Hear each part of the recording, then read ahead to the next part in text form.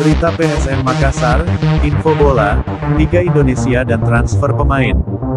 Sebelum kita lanjut, mohon subscribe channel ini. Mari kita gaspol. Kenzo Nambu gantung tawaran kontrak baru PSM. Kenzo Nambu belum juga mengambil sikap terkait tawaran kontrak baru yang telah diajukan manajemen PSM Makassar.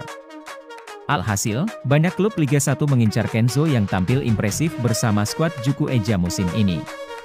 Penawaran dari klub lain pastinya ada, wajar ya karena musim pertama di PSM Makassar sangat fantastis bagi Kenzo sendiri.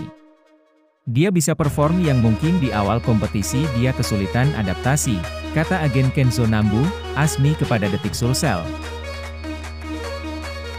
Asmi menilai wajar jika banyak tawaran yang masuk dari klub lain melihat performa Kenzo yang makin meningkat. Meski di awal musim sulit beradaptasi dengan kultur sepak bola tanah air. Perlahan hingga akhirnya membawa PSM jadi juara, jadi ya salah satu pemain asing yang menunjukkan performa yang positif.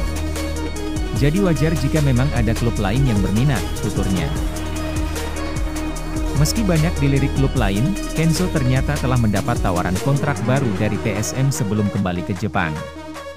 Walaupun diakui hingga kini belum ada jawaban dari Kenzo, terkait akan tetap bertahan di PSM atau memilih hengkang dan berlabuh ke klub lain. PSM sudah melakukan pembicaraan jadi sebelum Kenzo pulang ke Jepang kemarin, sudah ada penawaran. Namun Kenzo belum bisa mengatakan iya atau tidak, karena keinginan Kenzo pulang dulu ke rumah dengan keluarganya, ungkapnya.